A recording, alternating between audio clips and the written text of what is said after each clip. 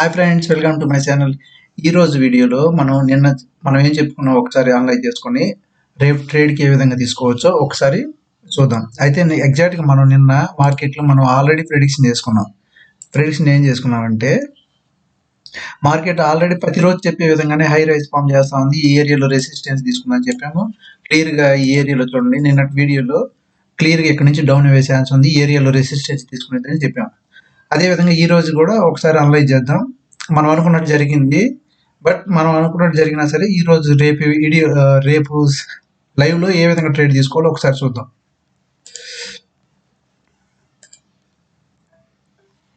ఈ ఏరియాలో రెసిస్టెన్స్ తీసుకున్న మార్కెట్ ఇప్పుడు యాక్చువల్గా ఇది ఇంటర్నల్ ట్రెండ్. ఎక్స్టర్నల్ ట్రెండ్ ఏంటి? ఇక్కడ లో క్రియేట్ చేసింది, ఇక్కడ దీనికంటే హై క్రియేట్ చేసింది, హైర్ లో హైర్ హై. ఇది ఎక్స్టర్నల్ ట్రెండ్ అనమాట. అంటే ఓవరాల్ గా హై టైం ఫ్రేమ్ లో ఉన్న ఎక్స్టర్నల్ ట్రెండ్ ని ఈ విధంగా ఐడెంటిఫై చేస్తాం.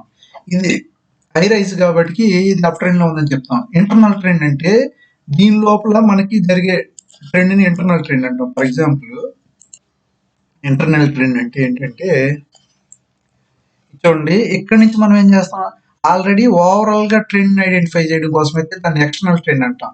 ఇంటర్నల్ ట్రెండ్ అంటే candle to candle 1 hour time frame లో మనం దాన్ని అనలైజ్ చేసుకుంటాం అనమాట. అంటే ఫర్ ఎగ్జాంపుల్ ఇక్కడికి వచ్చింది, ఈ రెడ్ క్యాండిల్ ఇక్కడ దాకా హై వెళ్ళింది కాబట్టి ఇక్కడ దాకా దీన్ని హై తీసుకున్నాం. మళ్ళీ గ్యాప్ డౌన్ అయ్యి ఓపెన్ అయింది కాబట్టి ఇక్కడ లో తీసుకొని, అంటే ఇది న్యూట్రల్ పాయింట్ అనుకుంటే ఇక్కడ హై క్రియేట్ చేసింది, అదే విధంగా హై లో క్రియేట్ చేసింది, మళ్ళా ఈక్వల్ మళ్ళీ అప్ సైడ్ వెళ్ళింది, ఇక్కడ హైర్ కి హై క్రియేట్ చేసింది, అదే విధంగా హైర్ లో క్రియేట్ చేసింది. ఎప్పుడైతే ఇలా ఫామ్ చేస్తుందో మనం ఇది up trend. Already external trend లో అప్ ట్రెండ్ ఉంది. ఎక్స్టర్నల్ ట్రెండ్ లో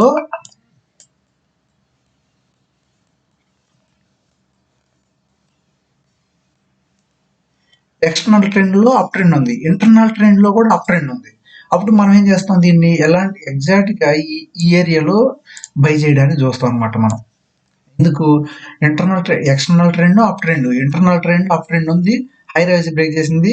ఎగ్జాక్ట్ గా ఈ ఏరియాలో రెసిస్టెన్స్ తీసుకునేదని మనం చెప్పాం. కాకపోతే ఆల్రెడీ హై రైజ్ ఫామ్ చేస్తున్నాం కాబట్టి మంచి లో చూసి హైర్ లో చూసి అక్కడ బై చేయడానికి మనం ప్లాన్ చేస్తాం. దాని తోడు ఈ moving average 50 moving average, 100 moving average వాడుతున్నాం కదా మనం. 200 మూవింగ్ యావరేజ్, ఇది 50 మూవింగ్ యావరేజ్, ఇది 200 మూవింగ్ యావరేజ్.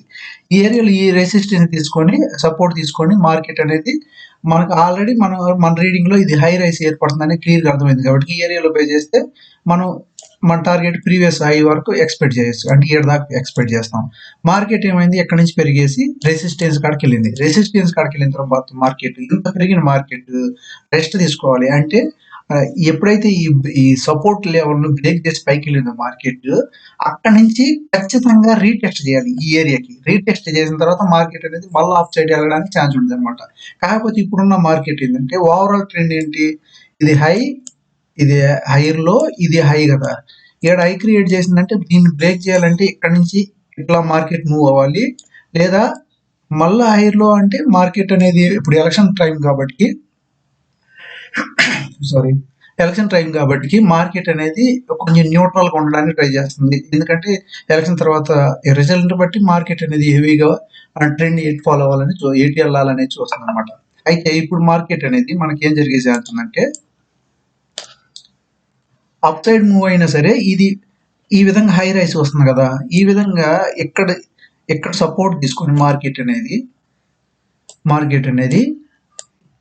కొంచెం హై, ఇక్కడ హై కదా, హై కదా, లో క్రియేట్ చేసిందంటే మార్కెట్ ఎగ్జాక్ట్లీగా ఈ ఏరియాకి వచ్చే ఛాన్స్ ఉంది. ఎందుకంటే మార్కెట్ అనేది ఆల్రెడీ రెసిస్టెన్స్ టచ్ చేసింది. రెసిస్టెన్స్ టచ్ చేసిన తర్వాత లోయర్ లోస్ ఏర్పడతాయి. ఇంటర్నల్ ట్రెండ్ లో, మెయిన్ ట్రెండ్ లో ఒక హైర్ లో, ఇది లో కదా, హైర్ లో, ఇక్కడ హైర్ లో ఏర్పడుతుంది అనమాట. ఈ విధంగా మనం ప్రిడిక్షన్ చేసుకుంటూ ఉంటాం మామూలుగా. అయితే ఇప్పుడు దీనికి మన పొజిషన్ ఎలా తీసుకోవడానికి అవకాశం ఉందంటే, ఇప్పుడు రీటెస్ట్ చేసింది ఈ ఏరియా. ఎందుకు ఈ ఏరియాలో అనేది ఆల్రెడీ రెసిస్టెన్స్ తీసుకున్నాం అంతకుముందు ప్రీవియస్ మార్కెట్లో. ఇప్పుడు కూడా ఇది ఒక సపోర్ట్ లెవెల్ గా పనిచేయవచ్చు అనమాట. ఒకవేళ పని చేసినా పని చేయకపోయినా మార్కెట్ అనేది పడడానికే ఛాన్స్ ఉంది. మంచి న్యూస్ ఉన్నా సరే మార్కెట్ అనేది పడడానికి ఛాన్స్ ఉంది. రేపు మార్కెట్ కొంచెం పెరిగినా మార్కెట్ ఖచ్చితంగా ఈ లెవెల్కి వచ్చి ఈ లెవెల్కి రావాల్సిందని అనిపిస్తుంది అనమాట మార్కెట్. తర్వాత మళ్ళీ కావాలంటే కొత్త హై ఏర్పడింది, మార్కెట్ అనేది అప్ ట్రెండ్లో ఉండే ఛాన్స్ ఉంటుంది. అయితే ఈ రోజు ట్రేడ్ ఏ విధంగా జరిగిందో రేపు అయితే ఈ విధంగా జరిగే ఛాన్స్ ఉందన్నమాట. అంటే రేపు అని కాదు, ఈ వీక్లో అలా జరగవచ్చు అనమాట. ఇప్పుడు షార్ట్ టైం ఫ్రేమ్లోకి వెళ్ళి అనలైజ్ చేసి దాన్ని ఏ విధంగా రేపు ట్రేడ్ తీసుకోవాలనేది చూద్దాం ఒకసారి. ఇప్పుడు ఇదంతా చెప్పడానికి కారణం ఏంటంటే ప్రైస్ యాక్షన్ అనేది వెరీ వెరీ ఇంపార్టెంట్ అనమాట మనకి. ఎందుకంటే ప్రైస్ యాక్షన్ లేకుండా మనం ట్రేడ్ చేయలేం. ఈ మధ్యన ఎఫ్ఎన్ఓలో ప్రతి ఒక్క ట్రేడరు బై చేయడానికి ఇంట్రెస్ట్ చూపిస్తున్నారు, కానీ వాళ్ళందరూ కూడా చార్ట్ చూడకోకుండా ప్రైజ్ని బై చేయడం సెల్ చేయడం చేస్తున్నారు. ఒక చార్ట్ని చూడకుండా ప్రైజ్ని కొనడం చేయడం అనేది చాలా తప్పు. అది అలా చేయడం అనేది చాలా రిస్క్ కూడా అనమాట. డబ్బులు అనేవి ఈజీగా పోవడానికి ఛాన్స్ అనేది ఎఫ్ఎన్ఓలో ఉంది. అదేవిధంగా దాన్ని గెయిన్ చేయడానికి కూడా చాలా ఉన్నాయన్నమాట. దాన్ని గెయిన్ చేయాలంటే ప్రైస్ యాక్షన్ అనేది ఖచ్చితంగా రావాలి. ప్రైస్ యాక్షన్ బట్టి మనం దానికి తగిన స్ట్రాటజీ చేయాలన్నమాట. నేకెడ్గా బై చేయడం సెల్ చేయడం అనేది ఈ స్టాక్ మార్కెట్లో ఒక లైక్ ఏ గ్యాంబ్లింగ్ లాగా అనమాట. అలాంటి గ్యాంబ్లింగ్ వద్దు. స్మార్ట్ ట్రేడర్ ఏం చేస్తాడు, మన ఒక రియాలిటీ ప్రాఫిట్ మాత్రం ఎక్స్పెక్ట్ చేస్తాడు. మంత్లీ 5,000 2,000 అట్లా ఎక్కువ కాకుండా 1%, 2%. 1% అనేది రియాలిటీ, 2% అనేది రియాలిటీ, 3 అనేది రియాలిటీ, 20%, 50% వీక్లీ కానీ మంత్లీ అలా టార్గెట్ పెట్టుకుంటారు. అది చాలా తప్పు అనమాట. మనకి మంత్లీ 2% వస్తే చాలా బాగుంటుంది, 3% వస్తే ఇంకా గ్రేట్ అనమాట. ఆ విధంగా ప్లాన్ చేసుకొని మార్కెట్లో మనం మూవ్ అవడానికి ఛాన్స్ ఉంటుంది. ఆప్షన్ బయ్యర్కి ఆప్షన్ సెల్లర్కి ఏం డిఫరెంట్ అంటే, ఆప్షన్ బయ్యర్ అనేది క్విక్ మూవ్మెంట్ ఉంటుంది. క్విక్ మూవ్మెంట్ అంటే ఆ క్విక్ మూవ్మెంట్లో మనకి స్పేస్ ఉంటుంది అనమాట. ఎగ్జాక్ట్లీ మనం ప్రెడిక్షన్ చేసి బై ఆర్డర్ సెల్ ఆర్డర్ తీసుకుంటే తప్ప ప్రాఫిట్లో ఉండలేం. అదే ఆప్షన్ సెల్లర్స్కి అయితే కొంచెం స్పేస్ ఉంటుంది అనమాట. అంటే ప్రాఫిట్ వచ్చినా లాస్ వచ్చినా సరే కొంచెం వెయిట్ చేసే ఛాన్స్ ఉంటుంది. ప్లస్ దాన్ని లాస్ వచ్చినా సరే ప్రాఫిట్లో కన్వర్ట్ చేసే టైం ఉంటుంది అనమాట. అందుకని ఆప్షన్ సెల్లర్ అనేది కంటిన్యూగా విన్ అవుతూ ఉంటాడు. ఈ మధ్యన వాలటాలిటీగా ఉంది. వాలటాలిటీగా ఉన్నా సరే out of the money, deep out of the మనీకి వెళ్తే కూడా మనము తక్కువ ప్రాఫిట్ అయినా రావచ్చు అనమాట. ఆప్షన్ సెల్లర్కి బయ్యర్ అనేవాడు ఎక్కువ ప్రాఫిట్ తీయొచ్చు, కానీ కంటిన్యూగా తీయలేము. అట్ ది సేమ్ టైం అనేది మళ్ళా పోయే ఛాన్స్ ఉంటుంది అనమాట.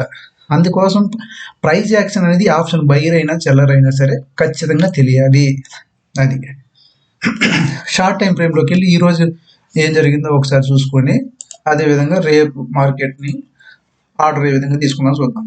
నేను ఎగ్జాక్ట్గా ఇందా ప్రెడిక్షన్ చేసిన మార్కెటే 5 మినిట్స్లో టైం ఫ్రేమ్లో పెట్టాను. 5 మినిట్స్లో పెట్టాను.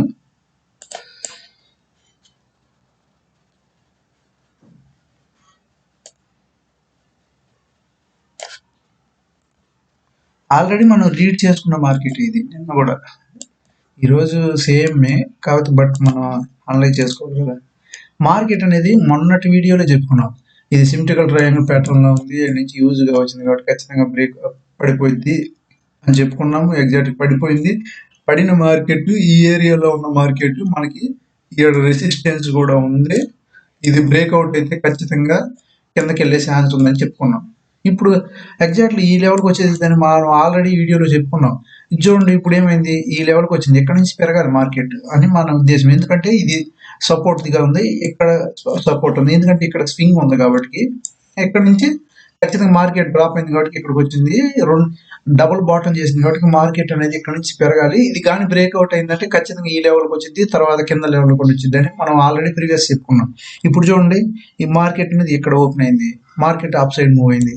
మూవ్ అయిన తర్వాత 50 మూవింగ్ ఎవరేజ్ రెసిస్టెన్స్ తీసుకొని అక్కడి నుంచి, అంటే ఎప్పుడైతే ఇట్లా మార్కెట్ అనేది నేరుగా పడిపోదు, ఇక్కడ సపోర్ట్ లెవెల్ ఉంది, ఈ సపోర్ట్ లెవెల్ నుంచి మార్కెట్ అనేది కొంచెం అప్ సైడ్ వెళ్ళి బ్రేక్అవుట్ అయింది. బ్రేక్అవుట్ అయిన మార్కెట్ మళ్ళీ ఈ లెవెల్కి వచ్చి రెసిస్టెన్స్ ఉంటుంది కదా, అప్పుడు మాత్రమే డౌన్ అయింది అనమాట.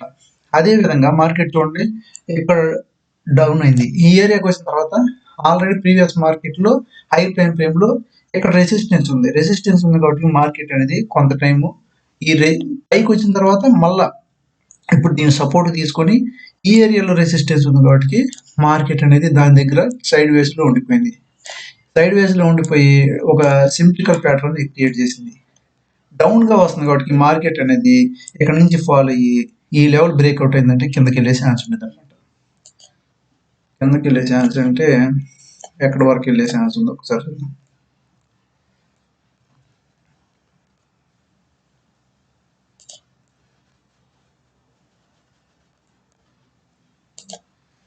చూడండి మార్కెట్ అనేది ప్రీవియస్ ఆల్రెడీ ఇక్కడ రెసిస్టెన్స్ ఉంది. ఇక్కడ రెసిస్టెన్స్ ఉంది కాబట్టి ఈ లెవెల్ టచ్ చేసిన తర్వాత మార్కెట్ అనేది ఇప్పుడు ఫర్ ఎగ్జాంపుల్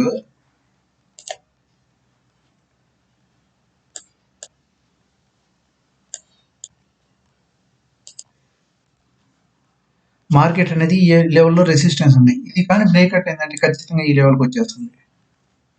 ఈ ఏరియాలో రెసిస్టెన్స్కి వచ్చింది, సపోర్ట్ లెవెల్కి వచ్చింది అనమాట. మార్కెట్ ఒక చూడండి మనం యాక్చువల్గా హై టైం ఫ్రేమ్లో ఇది రెసిస్టెన్స్ తీసుకొని డౌన్ సైడ్ వచ్చే ఛాన్స్ ఉందని మనం సపోర్ట్ లెవెల్కి వెళ్ళే ఛాన్స్ ఉంది అనుకున్నాం. సేమ్ ఇది కూడా అదే జరుగుతుంది. ఇది చూడండి ఎక్కడికి వచ్చింది మార్కెట్ మళ్ళీ హై క్రియేట్ చేసింది. ఎప్పుడైతే ఈ లెవెల్ బ్రేక్అవుట్ అయిందో గో ఫర్ డౌన్, ఖచ్చితంగా డౌనే కదా. ఈ ప్రీవియస్ లోని బ్రేక్ చేసింది కదా. ఇది హై అనుకుంటే ఇది లో, ఇది హై లోయర్ హై, ఈ లోయర్ లో క్రియేట్ చేస్తుంది కదా. ఇప్పుడు ఇది ఎట్లా ఉన్నా కూడా ఈ లెవెల్లో ఉంది, బ్రేక్అవుట్ అయింది. మార్కెట్ ఇక్కడ నుంచి రీటెస్ట్ చేసి మళ్ళీ డౌన్ అయింది, ఈ లెవెల్కి వచ్చింది. ఈజీగా ఈ లెవెల్కి వచ్చే ఛాన్స్ ఉందన్నమాట మార్కెట్. మనం దీన్ని ఎలా ట్రేడ్ తీసుకుంటాం? ఈ డౌన్ ట్రెండ్లో ఉంది కాబట్టి ఎప్పుడైతే ఈ ప్రీవియస్ లోన్ బ్రేక్ చేసిందో అప్పుడు కన్ఫర్మ్ చేసుకుంటాం. మళ్ళీ రీటెస్ట్లో ఇక్కడ సెల్ చేయడానికి అవకాశం ఉంటుంది. లేదా ఇది సైడ్ ఈ ఏరియాలో ఉంది కాబట్టి పుట్ డెబిట్ స్ప్రెడ్ తీసుకోవడానికి అవకాశం ఉంటుంది. లేదా put ratio spread, any strategy, butterfly strategy ఏం చేస్తాం? పుట్ బటర్ఫ్లై స్ట్రాటజీ చేస్తాం. యూజ్గా ప్రాఫిట్ వస్తాయి. మనకి యూజ్గా అంటే మంత్లీ 4% తీస్తే చాలా గ్రేట్. అది తీయడానికి మాత్రమే మనం ట్రై చేయాలన్నమాట. రేపటి వీడియోలో మళ్ళీ కలుసుకుందాం. ఈ వీడియో ఇంతటితో క్లోజ్ చేద్దాం. నేను చెప్పేది ఏంటంటే ప్రైస్ యాక్షన్ అనేది చాలా ఇంపార్టెంట్. ఇది నేర్చుకుంటే మీరు డబ్బులు సంపాదిస్తారు, అందులో తిరగలేదు. ప్రైస్ యాక్షన్ లేకుండా ఏ ట్రేడ్ తీసుకున్నా కూడా అది నువ్వు షార్ట్ టైంలో సంపాదించినా సరే లాంగ్ టర్మ్లో పోగొట్టుకుంటాము. అది గుర్తుపెట్టుకోవాలన్నమాట. బాయ్.